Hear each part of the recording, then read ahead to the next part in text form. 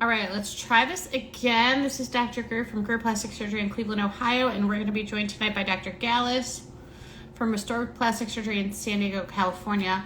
We are having internet troubles though, so hopefully she'll be able to pop on in a second, and we're going to be talking about panniculectomy versus tummy tuck, which is an awesome topic because it's kind of confusing that they're different.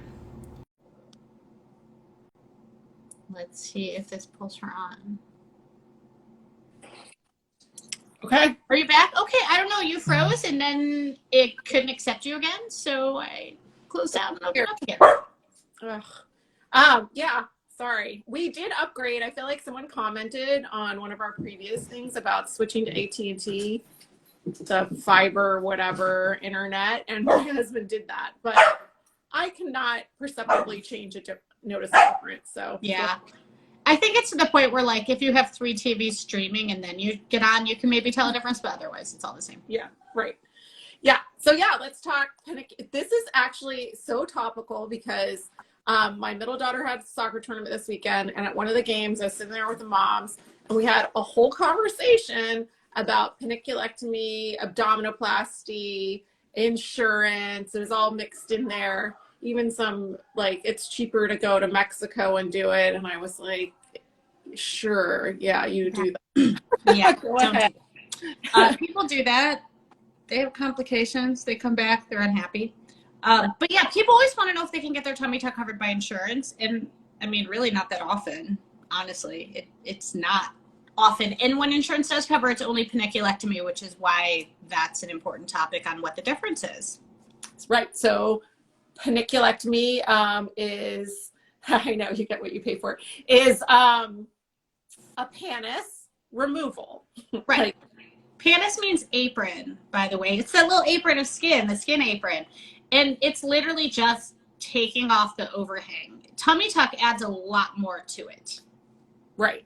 So that overhang, a lot of times, even if you just had a little bit of overhang of tissue, and that's with you standing, because we can all like kind of bend over and get a little bit of extra. Yeah, just don't do that. You're not supposed to. You're supposed to stand straight up. Anyway, so that overhang, I know out here, the insurance requirement is that it has to cover your pubic area. That in Ohio, right? So that's like this much overhang, people. That's pretty significant. Like, I operated on a patient this morning who had lost over 100 pounds, and she did not have that much skin. It was, I mean, she had lots of skin, but not that dramatic of an overhang.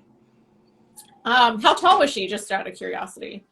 It's about my height, like 5'5", 5'6". Oh, okay. Okay, I'm not that tall, I'm 5'4", but somewhere around there. Like, not super tall, but most of her excess skin was in the horizontal dimension. Like, I took off her entire anterior abdominal wall and did a vertical closure. But insurance only wants to cover what's medically necessary, and when you get that overhang that's covering the entire pubic area, a lot of people get skin irritation and chronic yeast infections. And that's why insurance will cover that removal. But a full tummy tuck also involves elevating the skin all the way up to the costal margin, which is where your ribs are. So we lift the skin up all the way above the belly button, and the belly button gets transposed to a new spot. That's not included in a panniculectomy, and the abdominal muscles aren't tightened in a panniculectomy. So it's an entirely different operation. Right.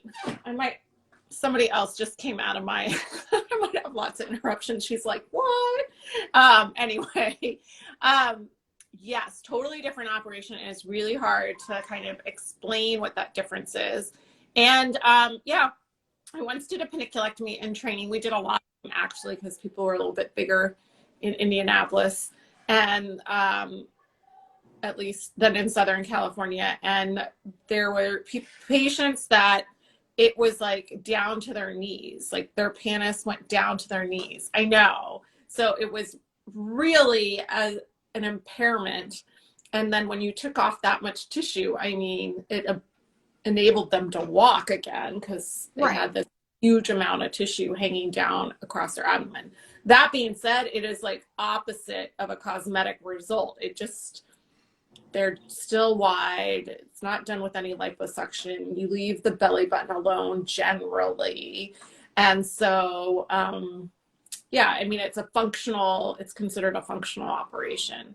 We'll say I just did one a couple weeks ago. I only asked about how tall your patient was, because my patient was 5 feet, maybe, if stretched a little. And she had lost 140 pounds. And so she had that pannus that hung over and definitely met insurance criteria. So that's the direction we went in. But I was able to get more tissue off of her as long as she was willing to accept me removing her belly button. Because as you know, if you just take the lower tissue and you can't pull down too hard, otherwise you pull the belly button down to like way, way, way low and it looks weird. And right. The limitation of how much you can remove and close is limited by that. And so I said, I can take a little bit more off if you don't want your belly button. So, and that's the second time I've done that where they're like, it's fine with me. And so no belly button, got 14 pounds of tissue off, which is substantial. It's a lot. It's significant. Yeah. Yeah. Not the most I've ever taken off anybody. Again, Indiana provided me with the opportunity to take, I feel like we got close to 50 pounds off of somebody once. Yeah. Did they have lymphedema though? I feel like they must have had lymphedema. No, they were just, some of these patients were really huge and they weren't even weight loss patients. They had like a medical reason that somebody needed to get into their abdomen, like a hysterectomy or a general surgery procedure. And we were there basically to find the abdomen for the patient. So we're talking like 600-pound patient. Gotcha. Yeah. I mean, because when it's like skin folds, people, like you can end up like dissecting down and down and down and just end up like on the OR table. Right. And miss the abdomen entirely because it's still a tiny little person inside there. That's right. It's the big yellow overcoat. That's what we used to call it. Yeah. So that was our deal. I don't miss those cases. Because again, when you have that much tissue that you're removing, you have some blood loss because there's blood in that tissue, right? You have fluid shifts. And the wound healing, it's a long incision. And so you generally are going to have some sort of wound healing complication or fluid collection. And it's thick too, because there's a lot of adipose or fat tissue, which isn't really well vascularized. So you end up with really slow healing wounds. And there's some big vessels in those skin flaps too. Absolutely. Yes, we used to use, this will matter to nobody except for us, it'll be interesting, but we used to tie off those vessels when we were doing that because there's so many. So we would just clamp, and then stop and tie off the vessels with Vicryl. And we used to have a 3-0 Vicryl spool. Have you ever seen that? Oh, we used to use them for, my chairman loved free nipple breast reductions and he made us tie everything with the 3-0 Vicryl spool.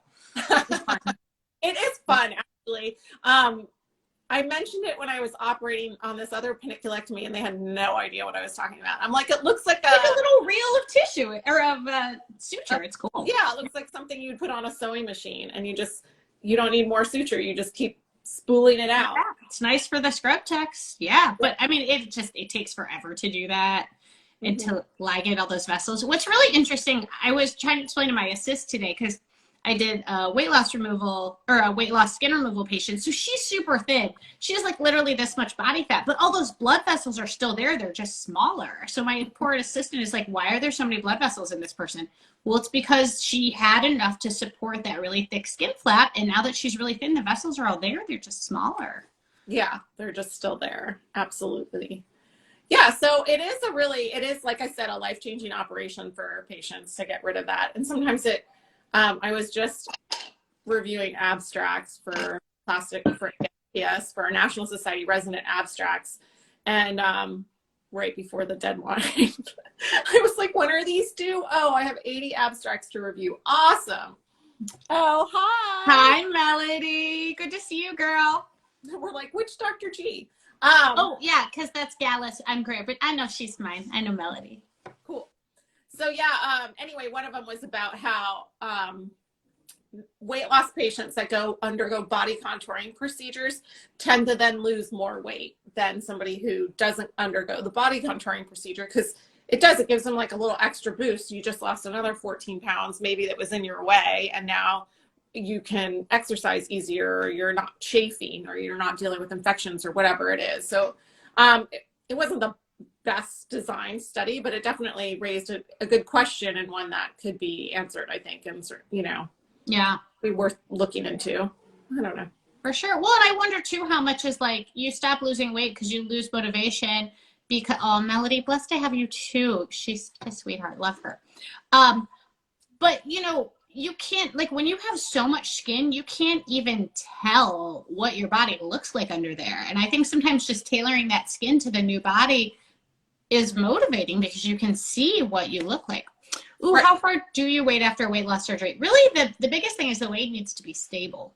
Right. So I would say the soonest most people are able to have surgery is, I would say, 18 months after weight loss surgery, because it gives you a year to lose weight and then 6 months to remain at that stable weight. That's like a ballpark time.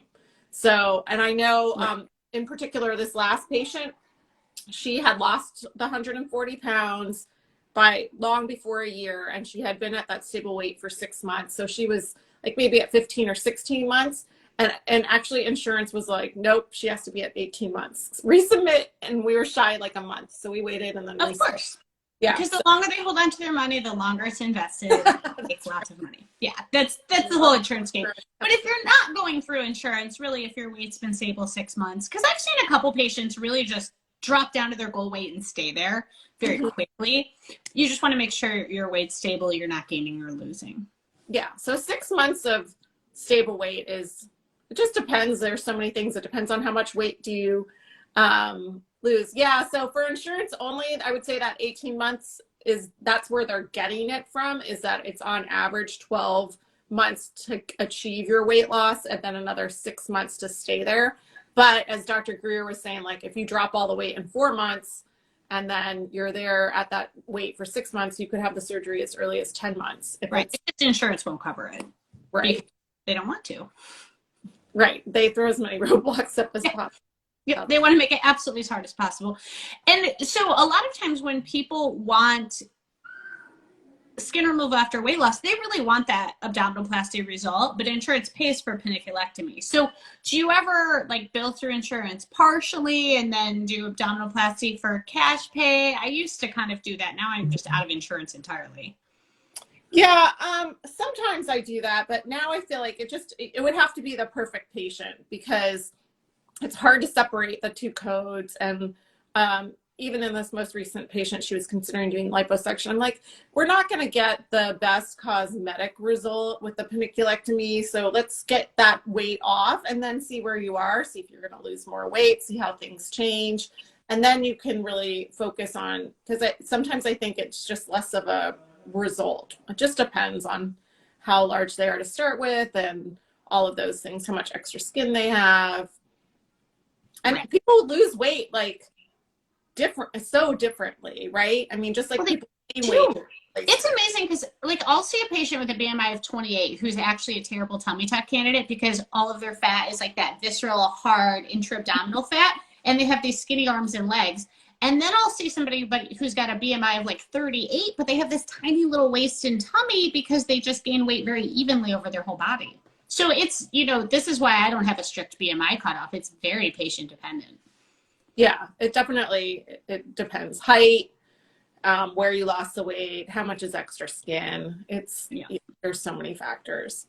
So yeah, I agree. I think they get confused a lot. People do like try to say, well, insurance will cover it if I don't feel good about myself. No.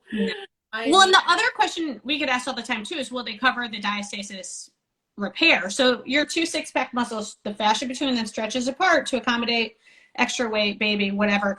And the fascia doesn't go back all the way. So you have that widening, which is what diastasis means. And it does cause functional problems. It can cause low back pain. It can contribute to pelvic floor issues like urinary stress incontinence. Insurance almost never covers repair of that. I had it covered once and like it was a huge fight. Yeah, I've never seen it covered. And the other thing is, when we're talking about this stuff, it's so regional too. Like insurance varies from state to state, from plan to plan, and all these other things. So yeah, I've never seen it get covered. And the components of a tummy tuck are that removal of excess skin and fat, the diastasis repair, and transposition of the belly button. So yep. So it stays where it is and it comes out through a new hole in the skin. That's what we're transposing. Now, I almost always do liposuction at the same time. Technically a separate procedure, but very few patients don't need liposuction of the waist or hips just because you want to address their torso 360 degrees around, or you end up giving them this flat tummy and they're kind of like SpongeBob SquarePants, like squared off. It's not a good look. Correct. Yeah. So it's like, it's a different procedure to do an abdominoplasty. Totally. Approach all the things. Now, I did see a question pop up. What procedures can you combine with abdominoplasty? You can combine a lot of things, although we generally like to keep it all in like the same global area. So I've done abdominoplasty with thigh lift. I do it often with breast, either lift, augmentation, implants, whatever. I've done it with brachioplasty too. Yes. I would not do, you can walk through, it's fine. So yeah, you can combine it with lots of procedures. I would say the most common procedures combined with, although some of us don't technically consider it an extra procedure, is liposuction, right? It almost always, I feel like more patients have liposuction with their abdominoplasty than not, which wasn't always the case. People thought that was very controversial to do the two together. Oh, and when I was in residency, like you did not liposuction the abdominal skin at all. It was only the waist and the hips. And now we know as long as you're sticking to the deeper fat, the subscarpal layer, it's actually good for blood supply to the flap because you're removing fat that just kind of steals nutrients and blood flow. Right, right. Things change. We learn. And it's good because I feel like the end result is so much better. Right. Absolutely. Yeah. So I'd say that's the most common combo. I think I remember I did do tummy tuck and eye lift once randomly. I would not do tummy tuck and facelift. I've actually had somebody ask me that. It's just a lot of surgery. Yeah, and it's a lot like I get tired doing those. I don't want to do that combo. Yeah, I don't want to do facelift with anything else other than face, to be honest. Yeah. Yeah, so I've done tummy tuck and arms would be tough. It'd have to be the right patient just because you're already kind of stooped over and then and then your arms hurt, but it's doable. It's more common with thighs because they work together, that operation.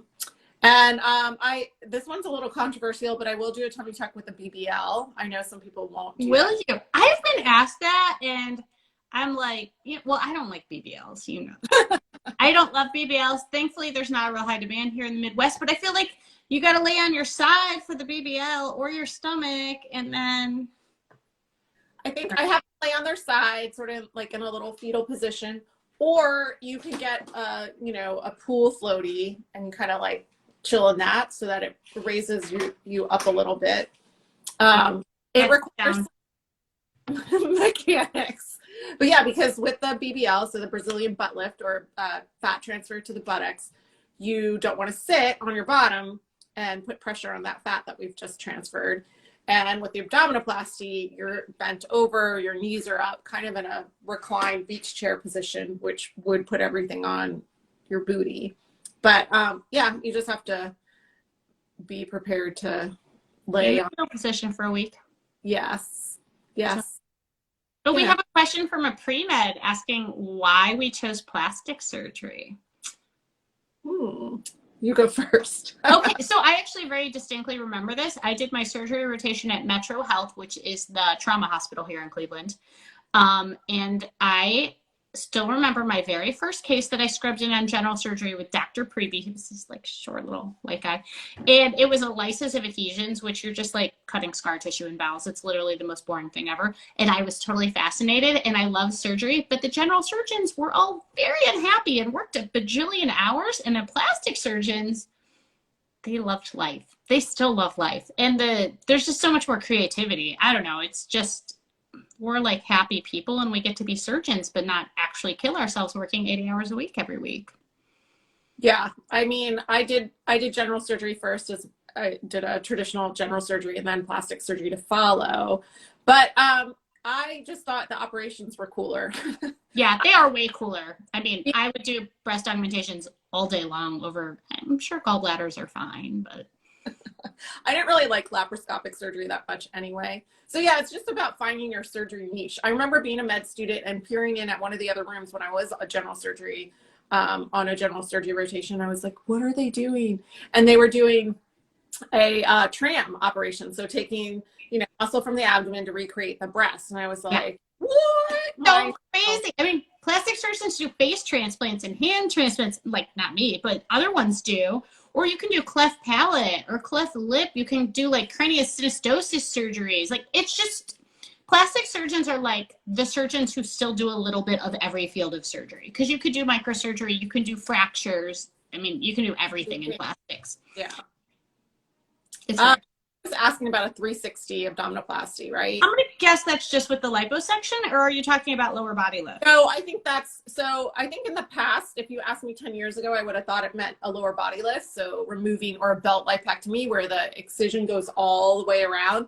But I think in today's world, that's considered what I call 360 liposuction with the tummy tuck. And I feel like it gives you the best result because, again, you're not looking at the patient only from the front. They don't get squared off. They get that nice curve. And then when they turn around, it's still same curve, kind of scoop out the lower back. It does give you a nice profile of the buttocks. And then I do liposuction up on the back as well so that you really get that hourglass. Yes. And yes, you can do a back lift with a tummy tuck. That's just a circumferential body lift. I've also done them after the fact. Like we do the tummy and the breast because that's the main priority, and then do the back lift later. Also doable. Yeah. Oh, Whitney wants to know our schedule. I'm not a great representation of the field at large, so I'm going to let Dr. Gallus go first on this one. So I'm basically in the office from 8:30 to 5 Monday through Friday. And then I don't work on the weekends. I don't take call anymore. And then some days I start my OR earlier at 7:30. I'm like on the mom of young kids schedule. So I start my OR at 8 because I legit just can't get there at 7:30 when everyone else starts. But full disclosure, my team really loves working with me because they don't have to get there as early either. So I operate 8 to like 3 or 3:30 Monday and Friday. Tuesday, Wednesday, I see patients in the office from 9 to 4 because I have to be home for my nanny by 5, and I don't work Thursdays. I do a little bit of work at home, meet with the marketing team. I'll do some meetings. A lot of orthodontist appointments occur on Thursdays, but I work about 40 hours, and I stopped taking ER call last year. So. Yeah, that just hangs over your head. But well, yeah, and really you have to just like get privileges somewhere that doesn't make you take call. That's the key. Right. Wow, that's a lot of questions. Yeah, it is. I will tell, we're not the hardest working plastic surgeons you can find in terms of hours, but it's all about being able to find that balance, right? And I do know people work less than me, but most people work more. And you can figure it out. When you're in private practice and it's your own practice, which plastic surgery is one of the last places to let you do that. I mean, the only reason I'm working, 7 to 10 is because I would want, you know what I mean? Like you're doing it to your, so you have to figure out, do you need to pay $1 zillion or do you want to like have a life and see your kids? Well, and you can also become like maximally efficient. Like I make a full-time salary. Right. I'm gonna tell you right now, like I make full-time average plastic surgeon salary in 4 days a week. I'm just super efficient. We're really good at screening out consultations for people who aren't good candidates. I have an amazing nurse who sees all my pre-op and post-op patients while I'm in the office most of the time, so I can pop in and say hi. But that takes a lot of time off my schedule, so I can do the stuff I'm really good at. I also have 2 amazing nurse injectors who do all the injectables because my schedule is full of surgery stuff. Again, I'm mostly in the office when they're there, and they're amazingly trained. But I kind of offload as much as I can so that I'm doing the stuff only I can do. And I operate in an ambulatory surgery center. I have emergency privileges at a hospital, if I have a hematoma or something in the middle of the night, but I do all my cases at a surgery center that's 5 minutes down the street from my office. It's awesome. Very nice. Yes. Although it took me 10 years to build this practice and build this life. It's not like overnight you get dropped into this amazing thing. Like I took ER call for almost a decade and worked 6 days a week for many, many years. So this is the goal, but it takes a little while. Yeah, it definitely, I would say a decade's a fair amount to do that. Because you might give yourself a day off or figure out. I just feel like if I started scheduling that half day in, I'd find something else to do to suck up my time. Oh, yeah. You totally. Honestly, the only thing that gets me out of the office on time is like having to be home for my nanny, especially since, you know, I'm a single mom now. So like there's no one there to be home for her. Because otherwise it's easy to like do 5 more things. And that's what's gotten me really strict about delegating too. Because like I would do the most random stuff. I'm like, I'll put in the Amazon order. Like I don't need to be ordering copy or paper. Right. Let's be honest. Right. And I still do it sometimes. Right. Yes. Trying to figure out how to delegate is great. Yes. So it depends on why they're on Coumadin, if they can come off, if they have to bridge. I have a patient on Coumadin that I have done a few surgeries on, but she's like able to come off of it for a few days and get down to a normal INR without undue risk, according to her primary care doctor. But if you're messing around with like, then you have to bridge on Plavix, or not Plavix, what am I thinking of? Lovenox, then it's kind of like, is it worth the risk? Yeah, it really depends on why you're on that blood thinner. Yeah. And what surgery you're talking about too. Mm-hmm. Yeah. Those are good questions today. I like the engagement, you guys. Bravo. I give you 5 out of 5 stars as an audience today. All right. Well, I guess we'll regroup and talk. If anybody has any suggestions, please put them out there, what we can talk about next time. Yeah, we'll regroup like probably 2 weeks-ish. Mm-hmm. Yeah. Awesome. It'll be fun. All right. I love how I asked you for the recording of the last time, even though I hosted. I know. And do you like how I just politely like downloaded it from your feed? Loading it. Okay. I actually like pay a subscription for this one program just so I can download the videos. You might have to tell me that. I was like, I'm so glad that you did that and you didn't write, okay, boomer or something. Are you kidding? It took me like 5 different apps to figure out how to do it. I'm like, she forgot she hosted it. It's fine. It's okay. She's okay. I'll send you this one too. Okay. All right. All right. Have a good week. You too. And guys, DM us with any suggestions for next time. We'll see you in a couple weeks. Thanks, everybody. Bye.